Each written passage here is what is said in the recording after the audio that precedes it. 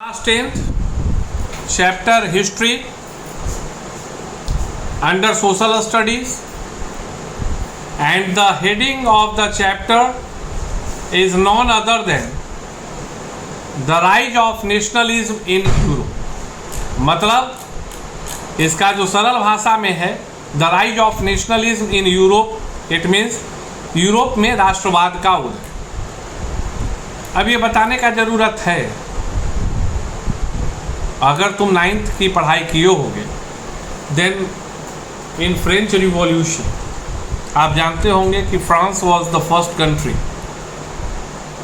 In which the nationalism word heard by the people of the world. दुनिया के द्वारा Europe का प्रथम राष्ट्र फ्रांस था, जहां राष्ट्रवाद शब्द को पहली बार एक बुलंद आवाज के साथ सुना गया और परिणति में फ्रांस की क्रांति फ्रेंच रिवॉल्यूशन 1789 राष्ट्रवाद। तो राष्ट्रवाद की जो स्पष्टता, जो पहला हम देखते हैं सेगमेंट, वह कब है? 1789 बाय फ्रेंच रिवॉल्यूशन। 1789 में फ्रांस एक ऐसा राज्य था जिसके ऊपर पूरे फ्रांस पर किसका शासन था? लुई 16, एक निरंकुश शासक। और with the help of French revolution they removed Louis 16 and they established a new kind of government, and definitely that revolution was completely based on nationalism. राष्ट्रवाद पर ही आधारित वह क्रांति थी, राष्ट्रवाद पर ही आधारित वह बदलाव। From the beginning of the French Revolution, they took several kind of decisions by which they can establish a common identity, feeling of common identity. प्रारंभ से ही फ्रांसीसी क्रांतिकारियों ने अनेक ऐसे कदम उठाए जिनसे फ्रांसीसी लोगों में एक सामूहिक पहचान की भावना विकसित हो सकती थी, हो रही। ला पैट्री, पितृभूमि और नागरिक जैसे विचारों ने एक संयुक्त समुदाय के विचार पर बल दिया, जिसे एक संविधान के अंतर्गत समान अधिकार प्राप्त। And due to that they form a national flag which is having 3 colors and going to be considered as tricolor flag, and that flag, tricolor flag, replaced which flag? The monarchy flag. यह जो उनके 3 रंग वाले झंडे थे, उसने France के जो राज झंडा था, राजवंश का झंडा, उसको हटाया और उसकी जगह इसने ली। I told in the class 9 that State General election of State General Assembly,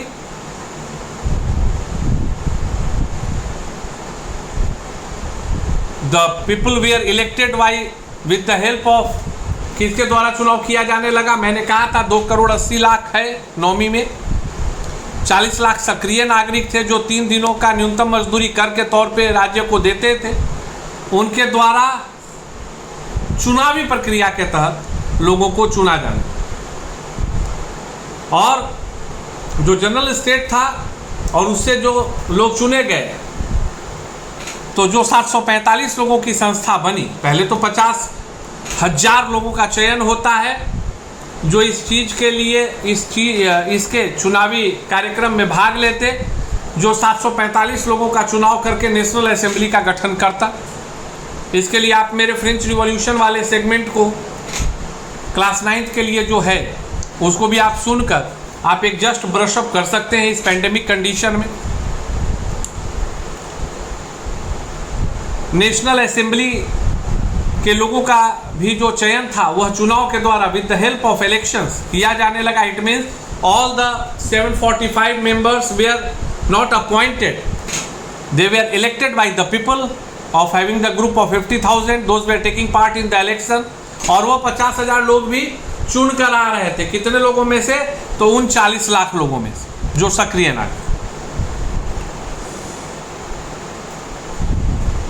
All these things were happening only due to the word nationalism। राष्ट्र के लिए यह क्रांतिकारी कदम उठाया जाए।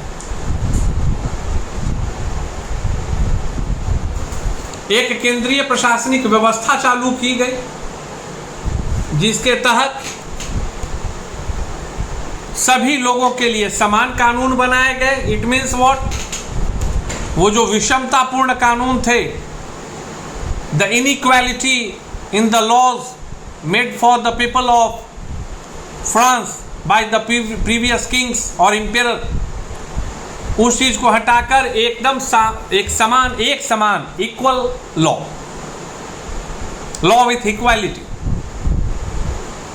के प्रिंसिपल के साथ कानूनों का निर्माण किया गया।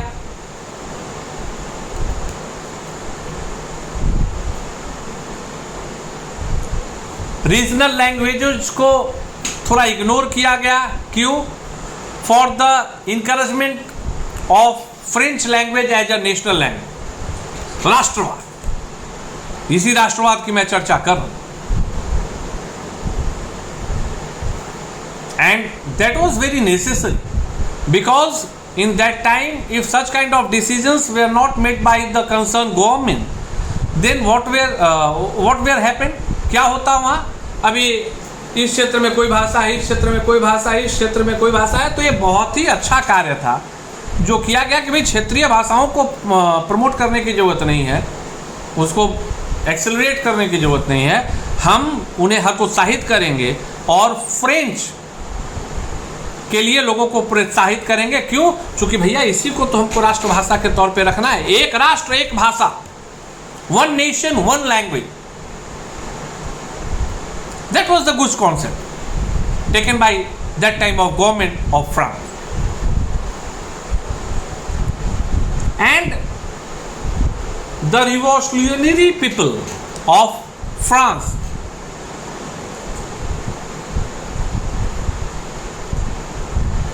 they thought that we are not supposed to implement our concept in France। हम जो यह भाव है, राष्ट्र भावना की भाव है, यह सिर्फ अपने लिए नहीं है बल्कि जहां जहां निरंकुश शासन व्यवस्था है उनके लिए हम एक लेसन बन सकते।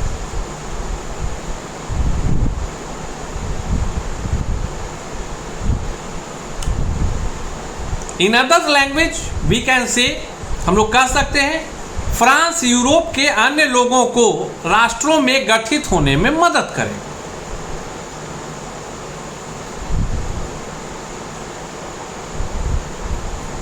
And this concept of France spread over in 1790s. Holland, Belgium, Switzerland, Italy.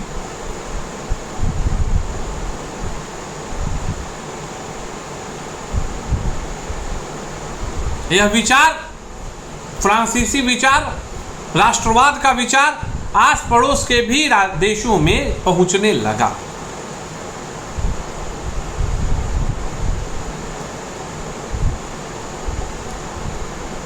Napoleon ने जितने भाग पे एक विशाल भूभाग पर अधिकार किया था, उनमें से अधिकांश जगहों पर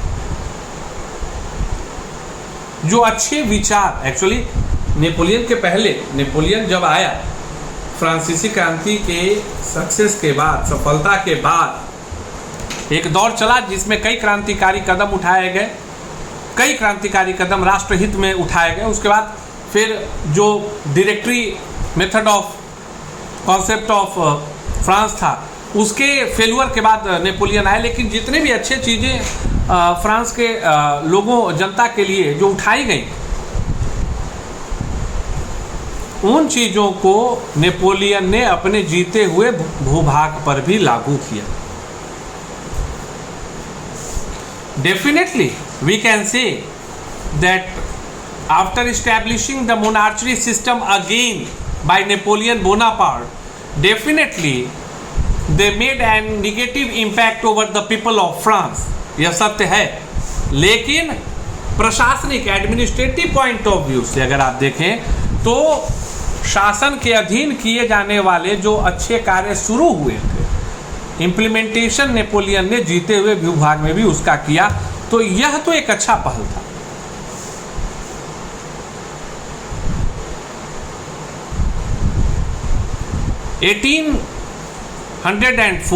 the civil code of Napoleon code of conduct,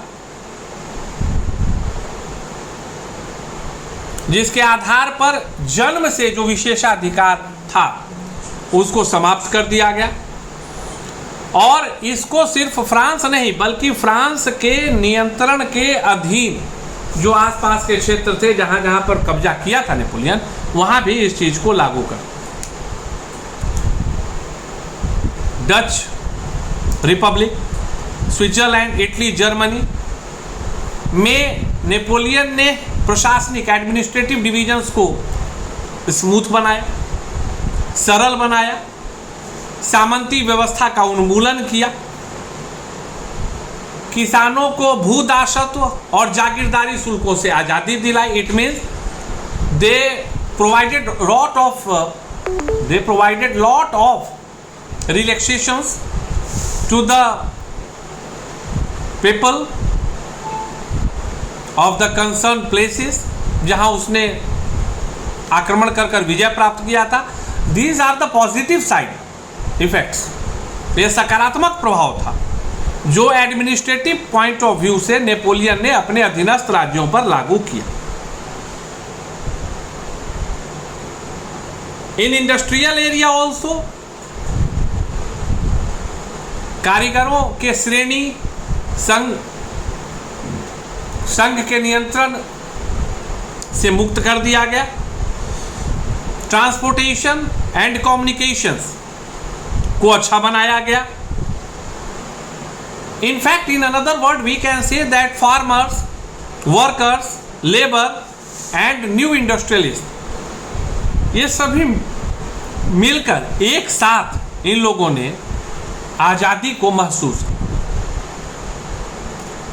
जो स्मॉल इंडस्ट्रियलिस्ट थे, उन्होंने एक समान कानून या जो नेपोलियन के द्वारा एक मानक भार और माप, मतलब जो डेसिमल कॉन्सेप्ट ऑफ मेजरमेंट जो उसने एस्टेब्लिश किया था, वो आप मेरे क्लास 9 वाले वीडियो में सुन सकते हैं।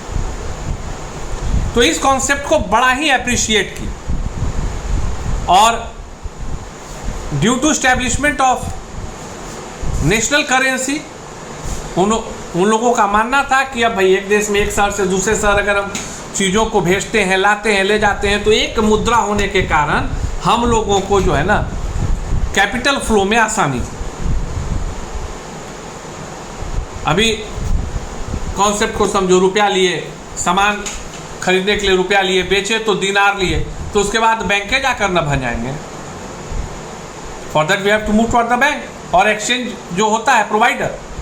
लेकिन वन नेशन वन करेंसी, इससे क्या होता है, फ्लो इन इंडस्ट्री सेगमेंट जो होता है वो इम्प्रूव होता है। कैपिटल फ्लो जरूरी होता है कहीं भी इंडस्ट्रियल इम्प्रूवमेंट के लिए। कैपिटल फ्लो का होना बहुत ही जरूरी माना जाता है। This one is the fact what you have to keep it in. And in my next session we will start the discussion over the formation of nationalism in Europe. Thank you. Have a great day.